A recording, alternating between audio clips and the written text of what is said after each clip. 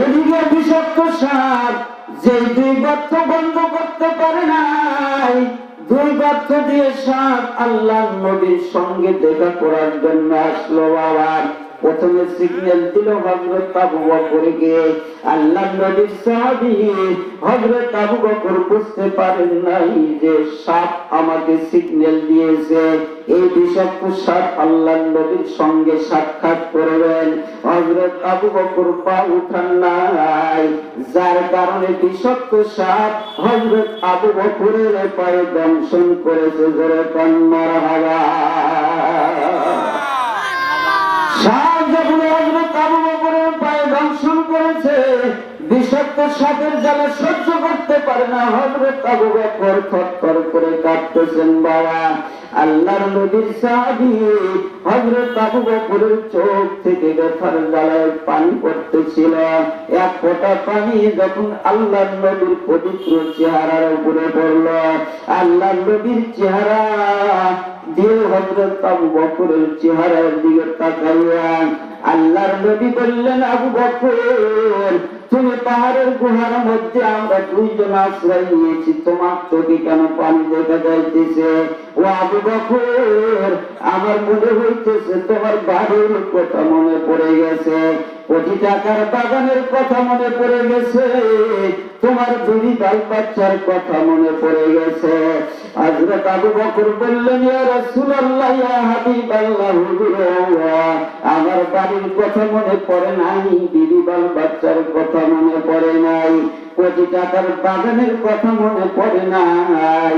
ইয়া রাসূলুল্লাহ ইয়া হাবিবাল্লাহ, হুজুর আমার দুই পায়ের গোড়ালি দিয়া এই পাহাড়ের দুইটি গর্ত বন্ধ করে রাখছিলাম, একটা বিষাক্ত সাপ এসে আমার পায়ে দংশন করেছে, আমি সাপের বিষের জ্বালা সহ্য করতে পারি নাই, যার কারণে অনিচ্ছা বশত আমার চোখ থেকে পানি বের হয়ে গেছে, যেই পানি আপনার চেহারার মধ্যে পড়ছে, যার কারণে আপনাকে ঘুম থেকে উঠতে হয়েছে। জোরে পান মারহাবা। আল্লাহর নবী হযরত আবু বকরকে বললেন, আবু বকর তোমার সংকিত জায়গাটুকু আমার কাছে দাও। হযরত আবু বকর বললেন, ইয়া রাসূলুল্লাহ ইয়া হাবিবাল্লাহ, হুজুর আমার এই পায়ে সাপ দংশন করেছে। আল্লাহর নবীর পবিত্র থুতু হযরত আবু বকরের পায়ে লাগিয়ে দেওয়ার সঙ্গে সঙ্গে সম্পূর্ণ পায়ে ভালো হয়ে গেছে। জোরে কান মারহাবা।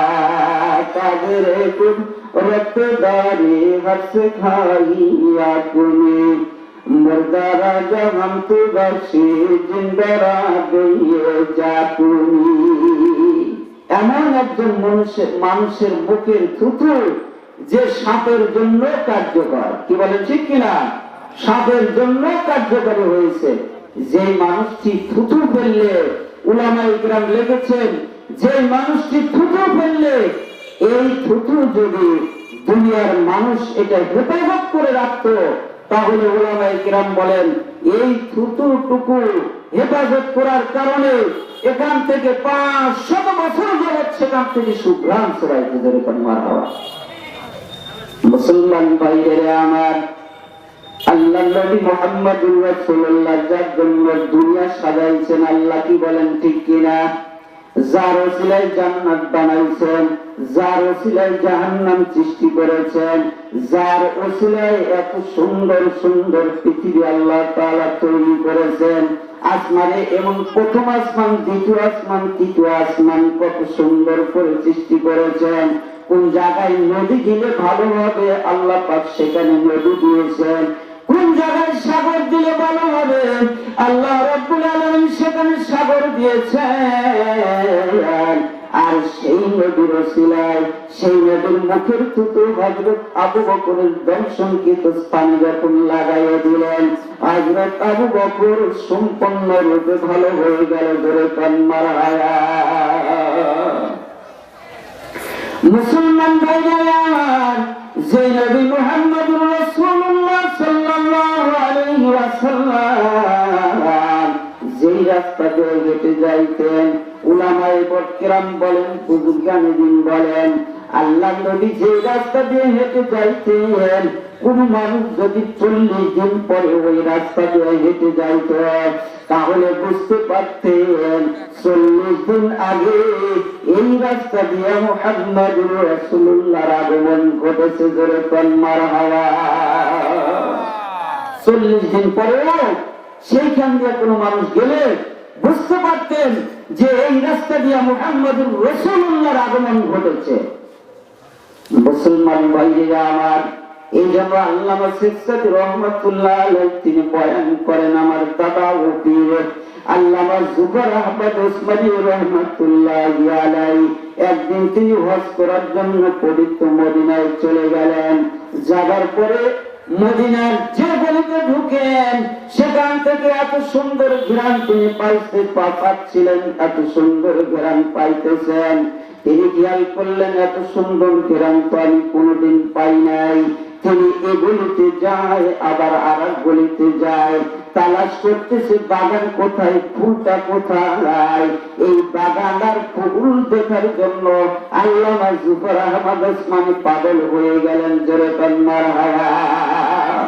একবার গলিতে যায়, আবার অন্য গলিতে যায়, এরকম ভাবে পাগলের মতো ব্যাকুল হয়ে গেলেন। এরকম ব্যাকুলতা থেকে আসমান থেকে আল্লাহ রাব্বুল আলামিন ইলহামের মাধ্যমে জানিয়ে দিলেন, ও জুফর আহমদ ওসমানী, তুমি কোন গলি তালাশ করতেছো, তুমি কোন ফুল তালাশ করতেছো, কোন বাগান তালাশ করতেছো, তোমার কি এখনো হুঁশ ফিরে নাই?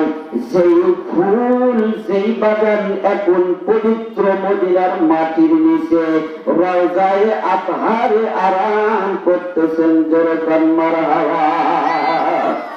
আল্লাহ নবী মুহাম্মদুর রাসূলুল্লাহ সাল্লাল্লাহু আলাইহি ওয়াসাল্লাম হযরত আবু বকরকে নিয়ে পাহাড়ের গুহার মধ্যে রাত কাটালেন। বাবা, এদিকে কাফিররা দেখলো যে দিন যখন হয়ে গেছে, আল্লাহ নবীকে মারার জন্য সকলে আসছে।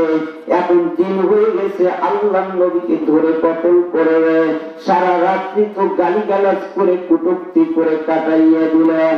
এবার যখন দিন হয়েছে, ঘরের মধ্যে ঢুকে দেখে আল্লাহ নবীর বিছানার মধ্যে আল্লাহর নবী নাই, আল্লাহর বন্ধু নাই, বরং হযরত আলী সেই বিছানার মধ্যে ঘুমায় আছে। জোরে বলেন মারহাবা।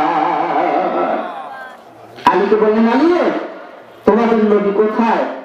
হযরত আলী এমন একটি জবাব দিলেন যে আমাদের নবী কোথায় তা আমি জানি না। কে বলেন, তিনি কি জানেন যে আল্লাহর নবী কোথায়? কাফিররা লজ্জা বোধ করলাম, সঙ্গে সঙ্গে মক্কার লিডারেরা খবর দিল, মক্কার লিডার আমার কাফিররা তোমরা শোনো, আল্লাহর নবী মুহাম্মদুর রাসূলুল্লাহকে ধরে জীবিত অবস্থায় যদি তার মাথা আমাদের দরবারে এনে দিতে পারবে, তাহলে কম পক্ষে তাকে 100 পুরস্কার দেওয়া হবে। কত পুরস্কার দেওয়া হবে? 100 পুরস্কার দেওয়া হবে। পুরস্কারের লোভে সকলে আল্লাহর নবীর মাথা আনার জন্য সেই সুর পাহাড়ের গুহার চারদিকে তালাশ করতেছে। কিন্তু আল্লাহ তাআলা বললেন, মাকড়সা রে, এতদিন তো তোমাকে খাওয়াইছি, এখন আল্লাহর নবী যে পাহাড়ের গুহার ভিতরে আশ্রয় নিয়েছে, তুমি এই গুহাটা জাল পেছায়া বন্ধ করে দাও। আর কবুতরকে বললেন, কবুতর তোমরা কি করো, ওখানে বাসা বাঁধো, বাইরা ওখানে ডিম পেড়ে তোমরা বাতে বসে থাকো, যাতে আমার দুশমনেরা, আমার কাফেররা আমার নবীকে দেখতে না পারে। কিন্তু তাদের জ্ঞান ছিল অনেক তীক্ষ্ণ। আল্লাহ নবী রাত্রি গেছেন মরুভূমির বালুর মধ্যে দিয়া, তারপরেও আল্লাহ নবীর কদমের নিশানা নিশানা অনুযায়ী তারা সেই পাহাড়ের গুহায় পৌঁছে গেছে। হযরত আবু বকর সিদ্দিক রাদিয়াল্লাহু তাআলা আনহু পাহাড়ের গুহার ভেতর থেকে লক্ষ্য করে দেখলেন